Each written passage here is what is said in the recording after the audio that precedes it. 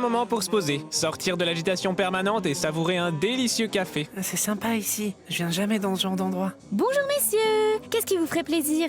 2 cafés s'il vous plaît. Oui, origine Brésil, Colombie, Pérou, Vietnam, Indonésie. Oh là là, c'est loin tout ça. Arabica, Robusta, Espresso, Allongé, Americano, Doppio. Sinon, en ce moment, on a même une édition spéciale avec un café récolté en Éthiopie dans des déjections d'éléphants. Oh toi, t'es en train de nous faire une nouvelle crise d'éco-anxiété. Comment bien choisir pour éviter la catastrophe? Papier ou plastique? Thermique ou électrique? Cuir ou synthétique? Comment savoir si c'est super green ou carrément écolo?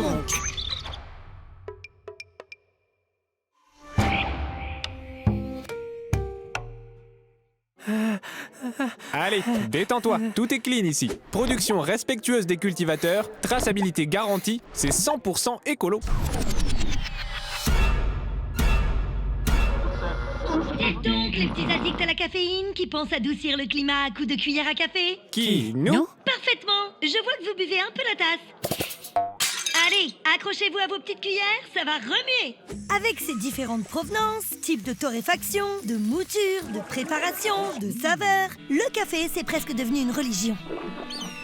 Ces 20 dernières années, la consommation mondiale a bondi de 65%. Et d'après les prévisions, c'est pas prêt de s'arrêter. Or, pour remplir toutes ces tasses de breuvages sacrés, il faut de l'espace pour faire pousser des caféiers, ce qui entraîne un premier impact. À savoir, le changement d'affectation des terres.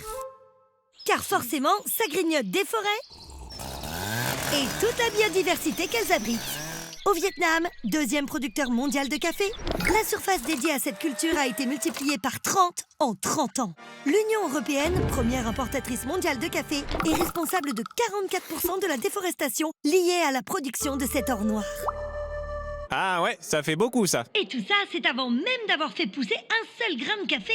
Hein? Eh oui. Et maintenant que le terrain est bien déblayé, on peut passer aux impacts de la phase de production et de distribution du café.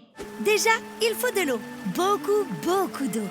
Jusqu'à 19 000 litres pour obtenir un seul kilo de café prêt à l'emploi. Et puis, il y a aussi le bingo des pollutions. Pour que le café pousse plus vite, on utilise souvent des engrais riches en azote et en phosphore, qui entraînent des phénomènes d'eutrophisation et d'acidification. Forcément, ça laisse un petit goût amer. Ensuite, à partir des belles cerises de café récoltées, il faut les dépulper, les laver, les sécher, les décortiquer pour en extraire les grains, qu'on appelle grains de café vert. Et enfin, après avoir traversé un océan ou deux, ils seront torréfiés dans les pays de consommation. Ce qui nécessite de les chauffer parfois jusqu'à 225 degrés, dans des machines alimentées au gaz ou à l'électricité.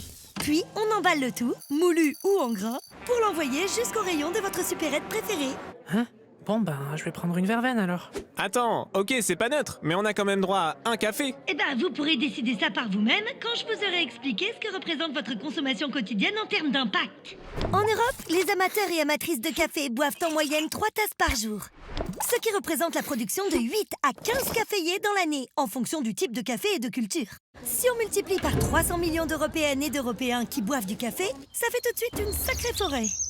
Côté bilan carbone, boire 3 cafés par jour sur une année reviendrait à rouler plusieurs centaines de kilomètres en voiture thermique. Quant à la consommation d'eau, ça reviendrait à tirer jusqu'à 15 chasses d'eau par jour, en plus de vos besoins habituels. Besoin que le café a justement tendance à accentuer, car c'est une boisson diurétique, et donc... Oui, bon ben ça va, on a compris. Bon, et du coup, pour limiter les impacts, on fait comment? Pour commencer, il faut bien choisir son café, parce que les impacts peuvent varier énormément en fonction des systèmes de culture, des régions et des chaînes d'approvisionnement. Du coup, passer au café bio, c'est déjà une bonne chose.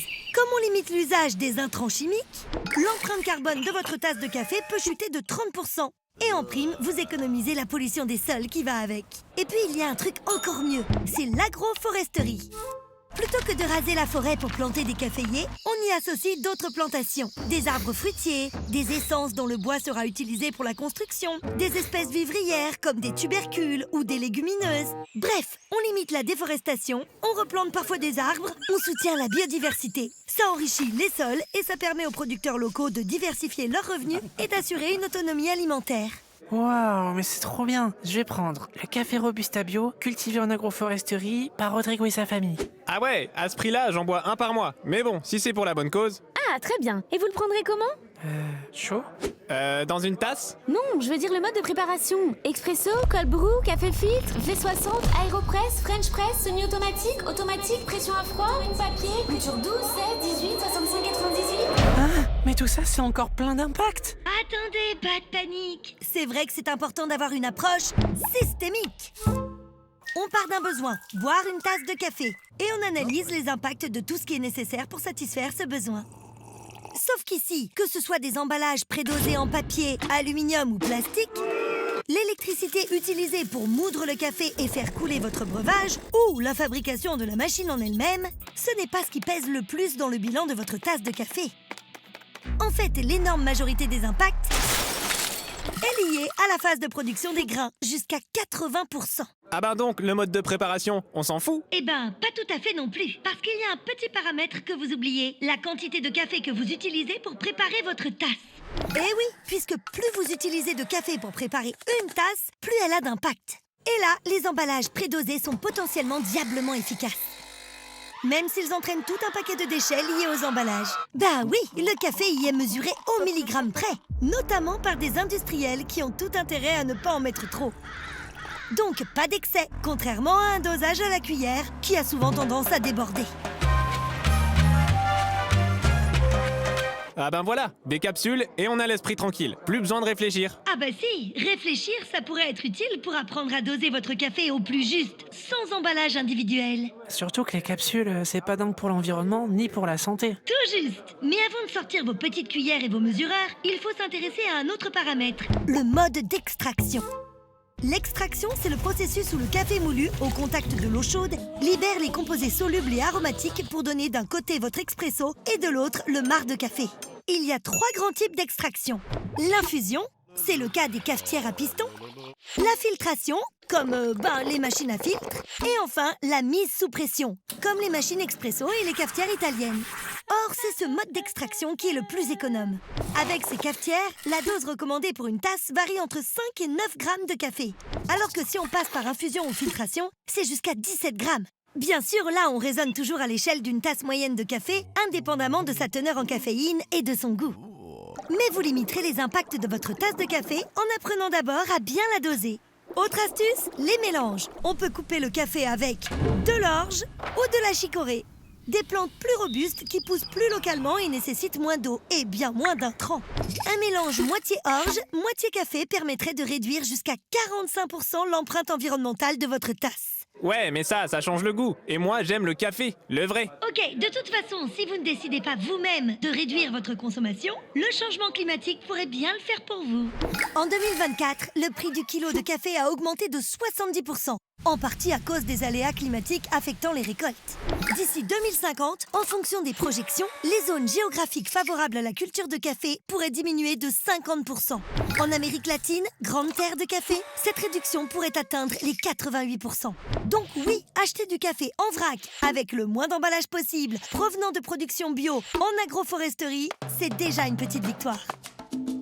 Ce serait un beau geste des industriels que les prix de ces cafés-là ne s'envolent pas, tout en respectant la rétribution des producteurs. Des labels vertueux commencent d'ailleurs à apparaître dans les rayons des supermarchés.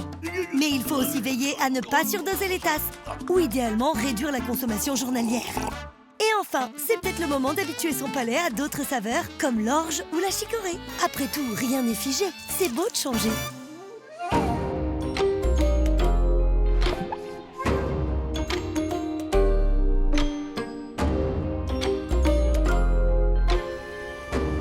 Bon bah, il est 18h30 maintenant. J'ai plus trop envie d'un café, moi. Ah oui, c'est l'heure de l'apéro. On n'a qu'à prendre une bière sans alcool. Avec plaisir. On se prend un pack de 6 canettes ou une grande bouteille en verre? Ah, Et allez, c'est reparti pour un tour.